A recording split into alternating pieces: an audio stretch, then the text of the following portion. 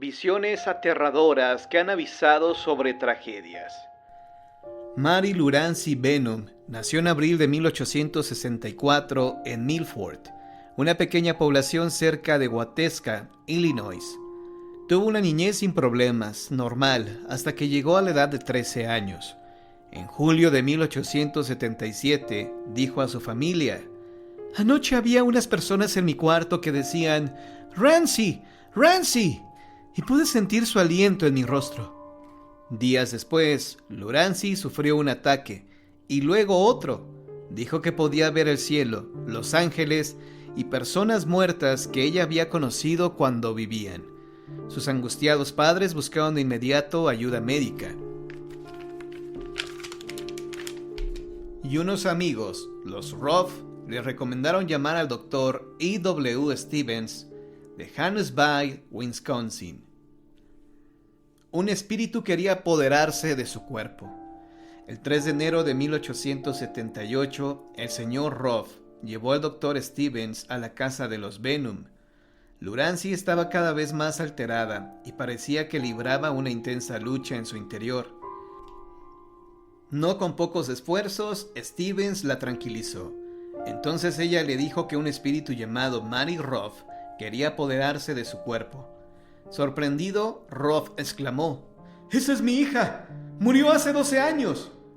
«Sí, déjala venir. Nos daría mucho gusto saber de ella».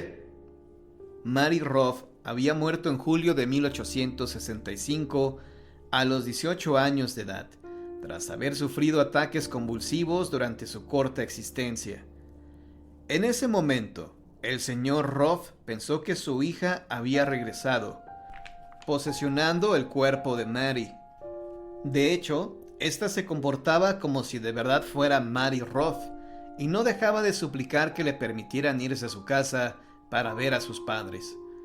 El día 11 de febrero, Mary Ruff se mudó a la casa de sus supuestos padres, los Ruff, y durante 3 meses se comportó exactamente como lo hacía la verdadera hija antes de fallecer. Reconoció a amigos, parientes, ropas y otras tantas pertenencias. También recordaba muchos sucesos pasados, algunos de los cuales habían sucedido 25 años atrás. Cuando los Benham la visitaban, Mary Ruff se comportaba como si casi no los conociera. El intercambio de personalidad sucedió varias veces. El 7 de mayo la personalidad de Lurancy resurgió. Estando sentada, la chica cerró los ojos, los volvió a abrir casi de inmediato y preguntó desconcertada: «¿Dónde estoy? Nunca había estado aquí antes». Pidió que la llevaran a su casa, pero 5 minutos después, Mary Ruff reapareció nuevamente. Entre ese día y el 21 del mismo mes, el intercambio de personalidades sucedió varias veces. Finalmente Mary anunció que ya era hora de que regresara Lurancy y se despidió de todos. Regresó a su casa, donde fue muy bien recibida. Ocasionalmente volvía a aparecer la personalidad de Mary, pero solo por lapsos cortos. Al parecer, los días de posesión absoluta habían llegado a su fin. El misterioso caso de Watseka, como llegó a conocer a la vivencia de Lurancy Benham, llamó la atención del Dr. Richard Godson, un investigador escéptico de los fenómenos psíquicos. En 1890 estudió con detenimiento el caso y llegó a la conclusión de que no había manera de explicarlo en términos normales. O bien Mary Ruff había regresado del más allá para posesionarse del cuerpo de Lurancy, o bien ésta había desarrollado una doble personalidad que se valía de poderes psíquicos para conocer datos sobre la vida de Mary Ruff, para posteriormente darlos a conocer, y de esta forma hacerse pasar por la difunta. Lo que es bien cierto es que probablemente nunca, pero nunca se sepa la verdad de este extraño caso ligado con los espíritus. Una visión le avisó de la muerte de su hijo. En 1611, el poeta inglés John Donne recibió la petición de su protector, Sir Robert Drury, de que lo acompañara en un viaje a París. Como su benefactor, era uno de los hombres más ricos de Inglaterra. Donne no se podía dar el lujo de despreciar una invitación suya. No obstante, estaba preocupado porque su esposa estaba embarazada y le daba pendiente dejarla sola en ese estado. La mujer, por su parte, le suplicaba a su marido que no fuera, pues tenía el presentimiento de que sufriría una desgracia si él se iba. Sin embargo, Sir Robert no estaba dispuesto a aceptar negativas, así que insistió en que Don lo acompañara. Por ello, para tranquilizar a la pareja, ordenó que la señora Don se instalara y fuera atendida en su mansión de Londres. Don llevaba apenas 2 días en París con Sir Robert cuando tuvo una visión que parecía confirmar el funesto presagio que había tenido su esposa. Según Isaac Walton, biógrafo de Don, después de que los dos viajeros terminaron de cenar, el poeta se retiró a su habitación. Media hora más tarde, Sir Robert entró y se asombró al ver a su protegido con el rostro desencajado, sumamente aterrado. «He tenido una visión espantosa», le explicó Don. «Vi a mi amada esposa pasar 2 veces ante mí en esta habitación, con el cabello sobre los hombros y con un niño muerto en brazos». Sir Robert trató de tranquilizarlo, asegurándole que todo era producto de su imaginación. No obstante, Don siguió en lo dicho al día siguiente, y Sir Robert, que empezaba a sospechar que aquella visión tenía algo de cierto, accedió a enviar a un sirviente a Londres para disipar las dudas. El mensajero regresó 12 días después con malas noticias. Había encontrado y dejado a la señora Don sumamente afligida y enferma en la cama. Después de un prolongado y peligroso parto, había dado luz a un niño muerto. El mensajero afirmó que el alumbramiento tuvo lugar el mismo día y aproximadamente a la misma hora en que Don había afirmado haber visto pasar a su esposa ante él.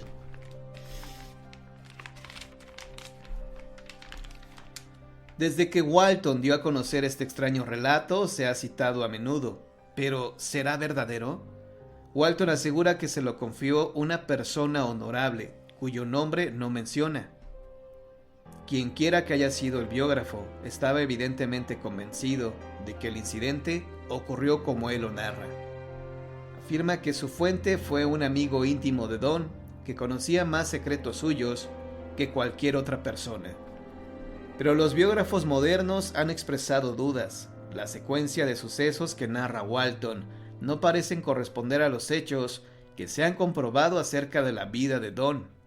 Es posible que Walton haya confundido los relatos acerca de la preocupación de Don por la salud de su esposa y evocado una visión trágica y conmovedora. Quizá para reforzar la reputación del poeta como hombre piadoso ante sus lectores. La narración de Walton se publicó unos 60 años después de la fecha en que se supone sucedió la visión, y confiesa que sus fuentes son indirectas. Casi 4 siglos después, resulta imposible demostrar la veracidad de una historia que Walton aseguró que produciría mucho asombro entre los que lo escucharan. Ayuda del más allá. El arqueólogo y arquitecto Frederick Blickbaum se mostró complacido cuando en 1909 recibió el encargo de iniciar las excavaciones del santuario cristiano más importante de Inglaterra. Pero nadie conocía la ubicación exacta de la abadía destruida en 1539 durante la Reforma inglesa.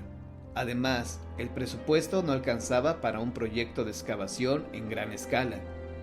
Para poder llevar a cabo esta titánica labor, Blink tenía que confiar en encontrar el sitio correcto desde el principio, o sus esfuerzos serían en vano. A pesar de los problemas, durante los 11 años siguientes, el arqueólogo descubrió la mayoría de los cimientos de la enorme construcción. La precisión de su trabajo era algo nunca visto, pero debemos aclarar que el científico había contado con una ayuda insólita. Los propios monjes muertos, 400 años atrás, le habían indicado dónde debía excavar.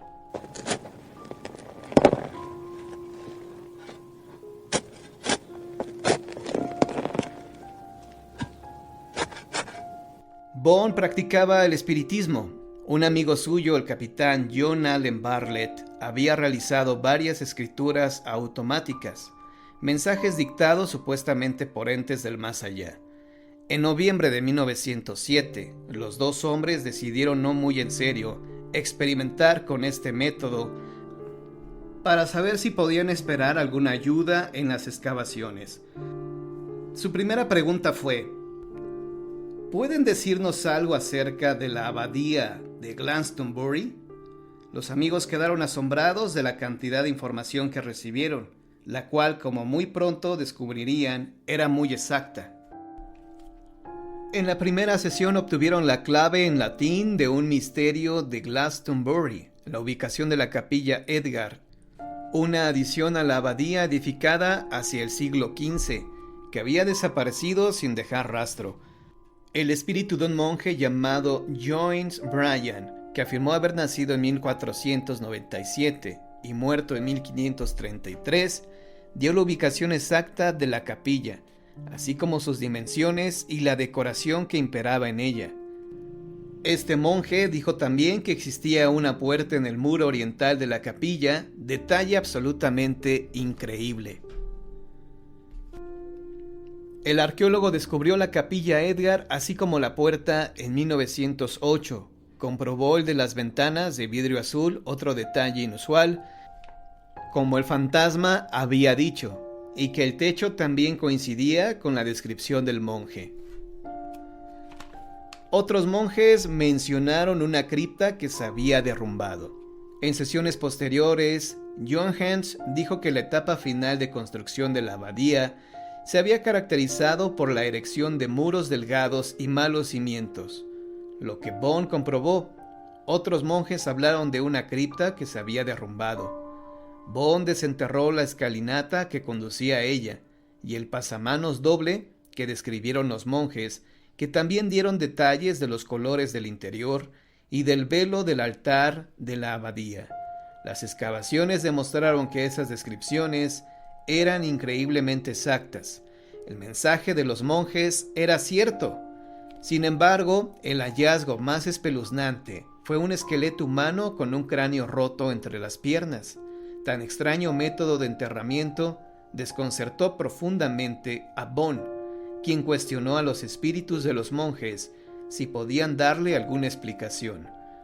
Uno de ellos contestó que la osamenta pertenecía a Eulfo, un conde sajón del siglo XI que había sido asesinado por un normanno llamado Radulfo y que por accidente los dos hombres fueron sepultados en el mismo lugar. El arqueólogo estaba al tanto de los registros históricos donde se mencionaba a Radulfo, pero nunca había escuchado nombrar a Eulfo. Después de minuciosas investigaciones, encontró dos crónicas antiguas que mencionaban a un tal Eanulfo, aunque hay que mencionar que en ambos casos, tanto Eanulfo como Eulfo resultaron ser las mismas personas. Bond nunca se tomó muy en serio que él y Bartlett hubieran estado en constante comunicación con los seres del más allá. En lugar de esto, se inclinó a pensar que por medio de su subconsciente había logrado captar un extraño recuerdo universal. Por otro lado, el temor a hacer el ridículo lo conminó a mantenerse en un estricto silencio con respecto a la razón de sus asombrosos logros arqueológicos. No obstante, en 1918, Bond dio a conocer toda la verdad acerca de sus descubrimientos. Por tal motivo, la carrera y brillante reputación de Bond se vinieron abajo como un castillo de arena ante el furioso embate de una ola. Poco tiempo después fue removido de su puesto en la abadía y su carrera de arquitecto también fue totalmente nulificada. El hombre que demostró que podía existir una inagotable fuente de conocimientos más allá del alcance de nuestra comprensión y de nuestros sentidos, terminó siendo un proscripto de la sociedad, que lo condenó e ignoró durante el resto de su vida.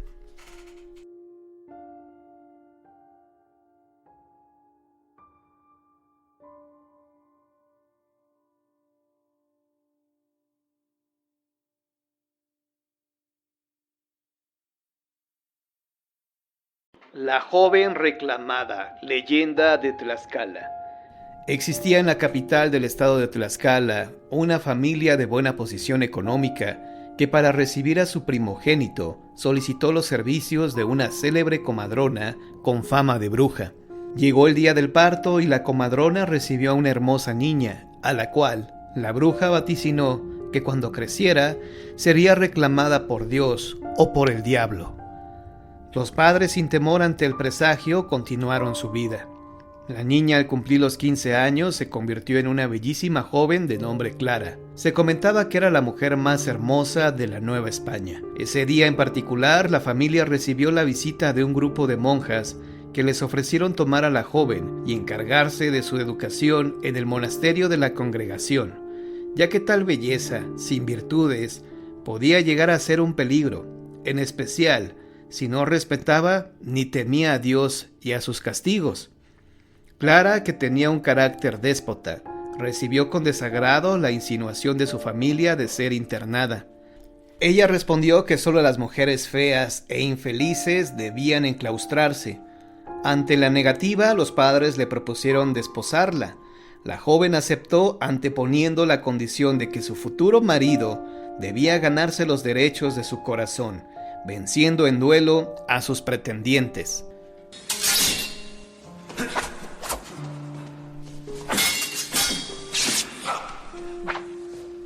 Decenas de hombres se enfrascaban en duelo esperando ser merecedores de los favores de la joven, pero ella no se decidía, provocando la muerte de varios candidatos. Durante la noche de su cumpleaños número 16, mientras todos descansaban del ajetreado día, Clara peinaba su reluciente cabellera dorada y escuchó cómo se acercaba el sonido de los cascos de un caballo.